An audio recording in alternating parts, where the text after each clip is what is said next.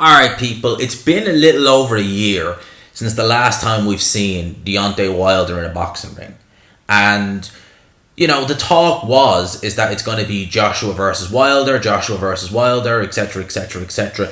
Deontay Wilder now is, 38 years old. He's been out of the ring for over a year. And to Anthony Joshua's credit, he has stayed a lot more active. And the reason why I'm talking about this now is that we were hearing all throughout the year that it's going to be Joshua Wilder, December, January, blah, blah, blah, blah, blah. We were hearing that. And then we don't know whether that fight's going to happen at all. That fight is off the table for the time being. Eddie Hearn mentioned next year. And now, recently, he said, and I quote, we're in line to potentially fight for the IBF title versus Hrgovic/Wallin. So I don't care about Deontay Wilder. He's got his own problems. The guy ain't fought for a year. And his last fight was about 40 seconds. He doesn't really want to fight, I don't think. Well, Deontay Wilder definitely is a fighting man. He definitely is. And one thing he started when he became WBC champion, yes, we can question the level of the opposition. Certainly we can do that. But to his credit, he did say that he wanted to be an active champion. And certainly that first year, he was quite active. He had 3 fights in that first year, which is what was it, 3? Yeah, it was about that. Well, yeah, roughly, because he fought in June, September, and then January, so he was fairly active that year, first year as champion. So give him that. They weren't the greatest of opposition, Molina, Duapas, and Spilka, but nevertheless, 3 fights in a year as a champion, you don't see it too often these days. He did have the luxury of not having a mandatory called for 2 years, basically. But we'll give him that. Now, with what Eddie Hearn is saying there about Joshua being potentially in line to fight for the IBF title, well, Hrgovic is the mandatory. He is number 1, so Hrgovic is there. You would imagine the IBF are going to call if and when the title gets vacated, Hrgovic versus Otto. The title's not been vacated yet. They'll probably let Undisputed happen. So to say that, you could be looking at a year, maybe more down the line for Joshua to get that shot. So what is Joshua going to do? Is he just going to sit around for that year? I would imagine not. We're not talking about Joshua, we're talking about Deontay Wilder. If the Joshua fight is now off the table, what exactly does that mean for Deontay Wilder? Because as I said, and Eddie Hearn pointed it out, he fought Robert Helenius the 15th of October last year. Prior to that, his last fight prior to that was an 11th round loss to Tyson Fury on the 9th of October the previous year. And then you go back to early 2020 for his previous fight. So he's been very inactive. He won't have a fight in the calendar year of 2023, which is unlike Deontay Wilder. I think that's the first time since 2008, since he turned pro, that he won't have had a fight in the calendar year. He only had one last year, one the year before, but nevertheless, he still had fights those years. This is the first time he's not had a fight in the calendar year. He's not getting any younger. I think next year he'll be going on 39. I think he turned 38 there this month thereabouts. He might have already turned it if he hasn't already, but he's basically 38. So he's not getting any younger. He's been inactive. And someone asked me in my recent live that he basically was saying that he suspects Deontay Wilder might be finished as a fighter. And look, Deontay Wilder, the 2 Fury fights were punishing, very punishing. Essentially, he had a car crash in both of them. And I'm not saying him as his performance. I'm essentially saying the damage he would have suffered would have been akin to a car crash. Concussion, broken hands, his eye, everything. So, they were not easy. Other than that, he's had a fairly okay career in terms of he's never been in there and took serious abuse from anyone. Maybe the 7th round against Luis Ortiz in the first fight. But other than that, that's about it. So you would still be a fresh 38-year-old.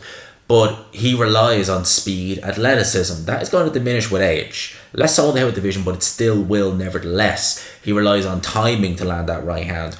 All of this, when you're out of the ring for a prolonged period of time, it is going to go. Especially when you're getting older, as Deontay Wilder is. And that athleticism tends to wane. You look at his resume here and you're like, he's always been active. That's probably why he's always been so good at landing the right hand, because he's skilled, yes.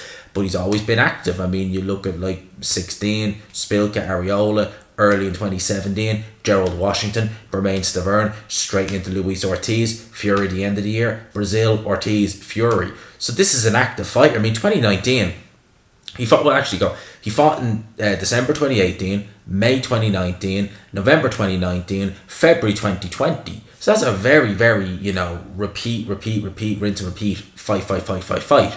So he's always been active, and now he's inactive.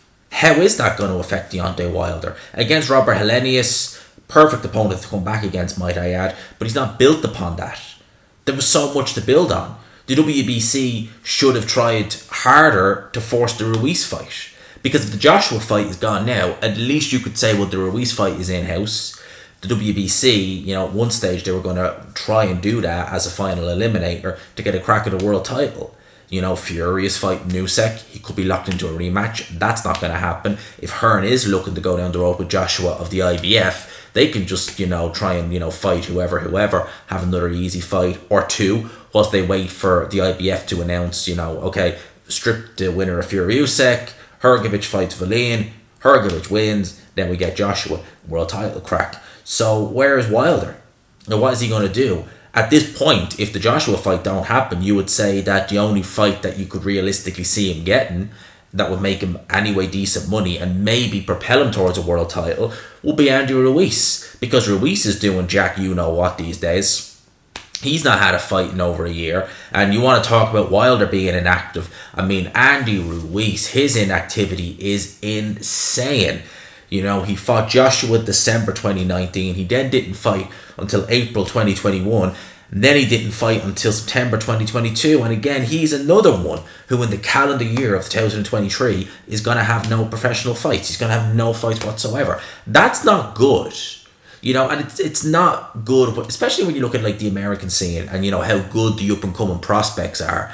And you could say Wilder and Ruiz at this stage, you might call them the old guard, but nevertheless they might be the old guard, but they still have value, and they're not doing anything.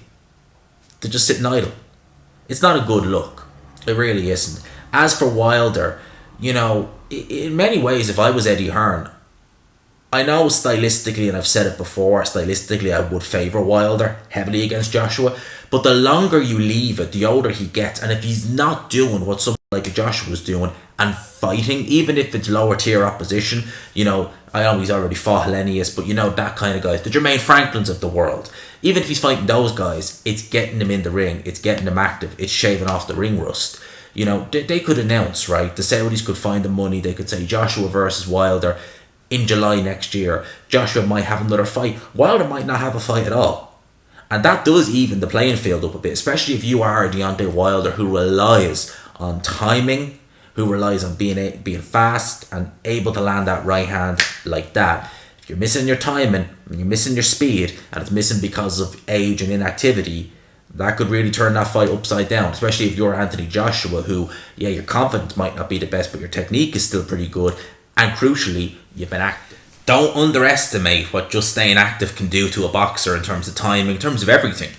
I always say, when you look at the old school fighters, the guys in the 80s and the early 90s to an extent, they were fighting regularly. I can imagine their time and everything was like that.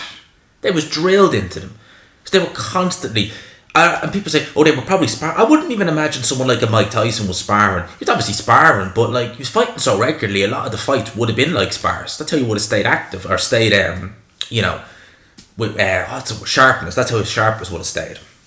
So don't underestimate that. Going on a bit here in this video, let me know your thoughts in the comment section below. Deontay Wilder, what the F is the deal with him? As I like to say in these videos. And I know that's kind of caught on to a lot of people and they start using it in theirs as well, Hey, I got it off someone else, so I'm fine as well. But seriously though, what is the F with Deontay Wilder? What is he doing? When is he going to fight next? And if he does fight next, who is it going to be against? Let me know your thoughts in the comment section below. For now, lads and lassies, I will leave you with that. I hope you enjoyed it. Smash the like button if you could. And subscribe, of course, if you haven't already. For now, I will leave you with that. Peace.